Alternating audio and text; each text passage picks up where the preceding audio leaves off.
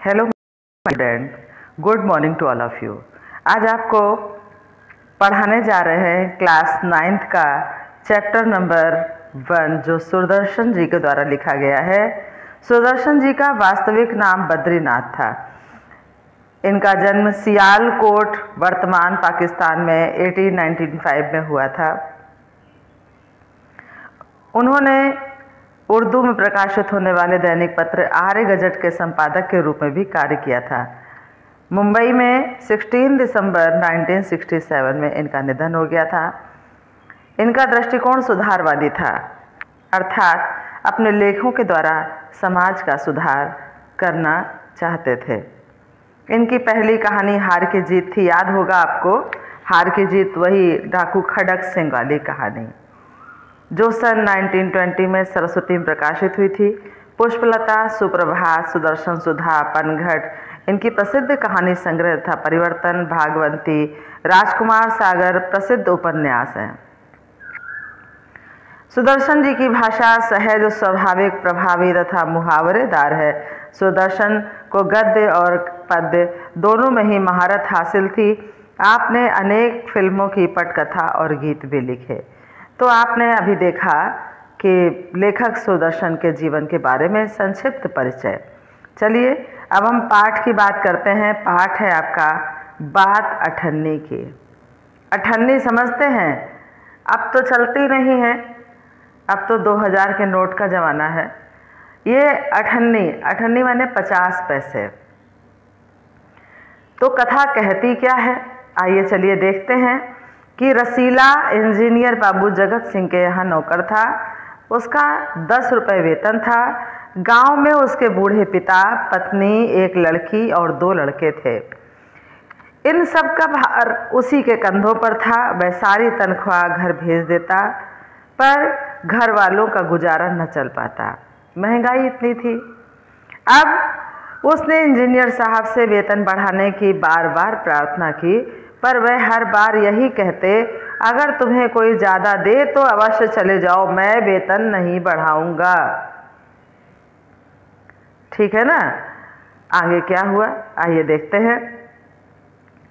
वह सोचता, यहाँ इतने सालों से हूँ, अमीर लोग नौकरी पर विश्वास नहीं करते, पर मुझ पर यहाँ कभी भी किसी ने संदेह नहीं किया। यहाँ से जाऊँ तो शायद कोई 11-12 दे दे, पर ऐसा आदर न मिलेगा। वास्तविकता बात की यह है कि देखिए, जहाँ पर एक बार व्यक्ति काम करना शुरू कर देता है, वो अपनी वहाँ पर जगह अर्थात पैठ बना लेना जिसे कहते हैं, अपनी स्थान को निश्चित कर लेता है, उसका सम्मान निश्चित हो जाता है। अब दूसरी जगह जाएगा तो फिर से शुरुआत करना पड़ेगा, पता नहीं ऐसा आदर सम्मान मिले ना मिले। यहाँ पर लेखक ने यह बताने की चेष्टा की है। जिला मजिस्ट्रेट शेख सलीमुद्दीन इंजीनियर बाबू के पड़ोस में रहते थे। उनके चौकीदार मियाँ रमजान और रसीला में बहुत मैत्री थी माने मित्रता थी। दोनों घंटों साथ बैठते, बातें करते। शेख साहब फलों के शौकीन थे। रमजान रसीला को फल देता। इंजीनियर साहब को मिठाई का शौक था। रसीला रमजान को मिठाई देता। फिर आगे क्या हुआ। एक दिन रमजान ने रसीला को उदास देकर कारण पूछा। पहले तो रसीला छिपाता रहा, फिर रमजान ने कहा, कोई बात नहीं तो खाओ सौगंध। मित्र है ना, मित्रों को उनके हाव भाव ही बता देते हैं कि व्यक्ति परेशान है या प्रसन्न है। अब रसीला ने रमजान की हट देखी तो उसकी आंखें भर आई। बोला, घर से खत आया है, बच्चे बीमार हैं और रुपया नहीं है, तो मालिक से पेशगी मांग लो। कहते हैं 1 पैसा भी न दूंगा। मतलब इसका मतलब कि वो पहले ही उन्हें मांग चुका है। अब रमजान ने ठंडी सांस भरी। उसने रसीला को ठहरने का संकेत किया और अपनी कोठरी में चला गया। थोड़ी देर बाद उसने कुछ रुपए रसीला की हथेली पर रख दिए। रसीला के मुंह से एक शब्द भी न निकला। सोचने लगा, बाबू साहब की मैंने इतनी सेवा की, पर दुख में उन्होंने साथ न दिया। वहीं रमजान को देखो, गरीब है परंतु आदमी नहीं, देवता है। ईश्वर उसका भला करे। यहाँ पर ईश्वर उसका भला करे से आशय है कि जब कोई विपत्ति में किसी का साथ दे दे तो स्वयं वो भगवान से कम नहीं होता। विपत्ति में साथ देने वाला और फिर मित्र, तो हृदय से उसके लिए दुआ निकलती ही है। यहाँ पर लेखक ने वही शब्दों को कहा है। चलिए आगे देखते हैं फिर क्या हुआ। अब रसीला के बच्चे स्वस्थ हो गए। उसने रमजान का ऋण चुका दिया, केवल 8 आने बाकी रह गए। अब रमजान ने भी कभी पैसे न मांगे, फिर भी रसीला उसके आगे आंख न उठा पाता। क्या हुआ?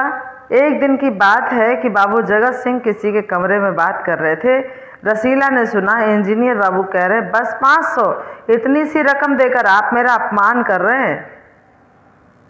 अब दूसरी आवाज़ आती है, हुजूर मान जाइए, आप समझे आपने मेरा काम मुफ्त में किया है। रसीला समझ गया कि भीतर रिश्वत ली जा रही है।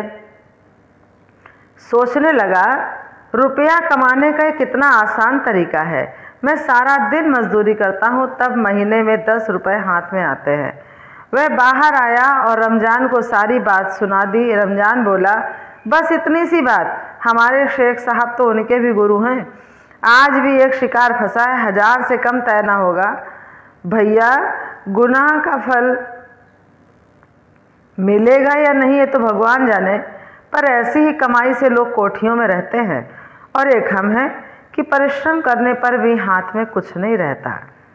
अब रसीला सोचता रहा कि मेरे हाथ से सैकड़ों रुपए निकल गए, पर धर्म ना बिगड़ा।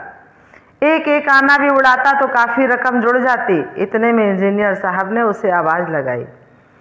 रसीला दौड़कर 5 रुपए की मिठाई ले आ। रसीला ने 4.5 रुपए की मिठाई खरीदी और रमजान को 8 लौटाकर समझा कि कर्ज उतर गया। बाबू जगत सिंह ने मिठाई देखी तो चौंक उठे, बोले, यह मिठाई 5 रुपए की है? हुजूर 5 की ही है, रसीला ने उत्तर दिया। लेकिन जो व्यक्ति कभी झूठ नहीं बोलता, उसके हाव भाव बदल जाते हैं। रसीला का रंग उड़ गया। बाबू जगत सिंह समझ गए। उन्होंने रसीला से फिर पूछा। रसीला ने फिर वही दोहराया। उन्होंने रसीला के मुंह पर एक तमाचा मारा और कहा, चल मेरे साथ जहां से लाया है। हुजूर, झूठ कहूँ तो? रसीला ने अभी अपनी बात पूरी भी न की थी कि इंजीनियर बाबू चिल्लाए, अभी सच और झूठ का पता चल जाएगा। अब सारी बात हलवाई के सामने ही कहना। अब आगे क्या हुआ? अब कोई रास्ता न बचा था। वह बोला, माई बाप, गलती हो गई, इस बार माफ़ कर दे। इंजीनियर साहब की आंखों में आग बरसने लगी। उन्होंने निर्दयता से रसीला को खूब पीटा, फिर घसीटते हुए पुलिस थाने ले गए और सिपाही के हाथ में 5 का, उसने क्या लिया था, 1 अठन्नी ली थी और 5 का नोट रखते हुए बोले, मनवा लेना, लातों के भूत बातों से नहीं मानते। दूसरे दिन मुकदमा शेख सलीमुद्दीन की कचहरी में पेश हुआ। रसीला ने तुरंत अपना अपराध स्वीकार कर लिया। उसने कोई बहाना न बनाया।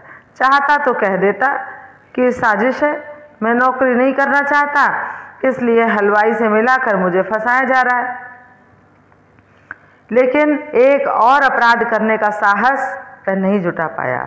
उसकी आंखें खुल गई थीं। हाथ जोड़कर बोला, हुजूर, मेरा पहला अपराध है, इसे माफ़ कर दीजिए, फिर गलती ना होगी। शेख साहब न्यायप्रिय आदमी थे। उन्होंने रसीला को 6 महीने की सज़ा सुना दी और रुमाल से मुंह पोंछा। यह वही रुमाल था जिसमें एक दिन पहले किसी ने 1000 रुपये बांध कर दिए थे। फैसला सुनकर रमजान की आंखों में खून उतर आया। सोचने लगा, यह दुनिया न्याय नगरी बड़ी अंधेर नगरी है। चोरी पकड़ी गई तो अपराध हो गया। असली अपराधी बड़ी बड़ी कोठियों में बैठकर दोनों हाथों से धन बटोर रहे हैं, उन्हें कोई नहीं पकड़ता। रमजान घर पहुंचा। एक दासी ने पूछा, रसीला का क्या हुआ? 6 महीने की कैद। ओहो, उसने उत्तर क्या दिया? अच्छा हुआ वह इसी लायक था।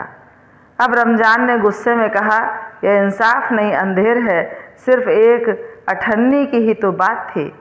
रात के समय जब 1500 के चोर नरम गद्दों पर मीठी नींद ले रहे थे, अठन्नी का चोर जेल की तंग अंधेरी कोठरी में पछता रहा था।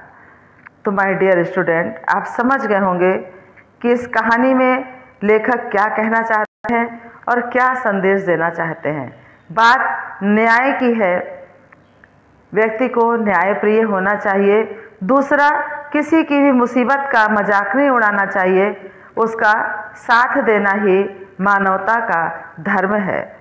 Okay class, thank you everyone.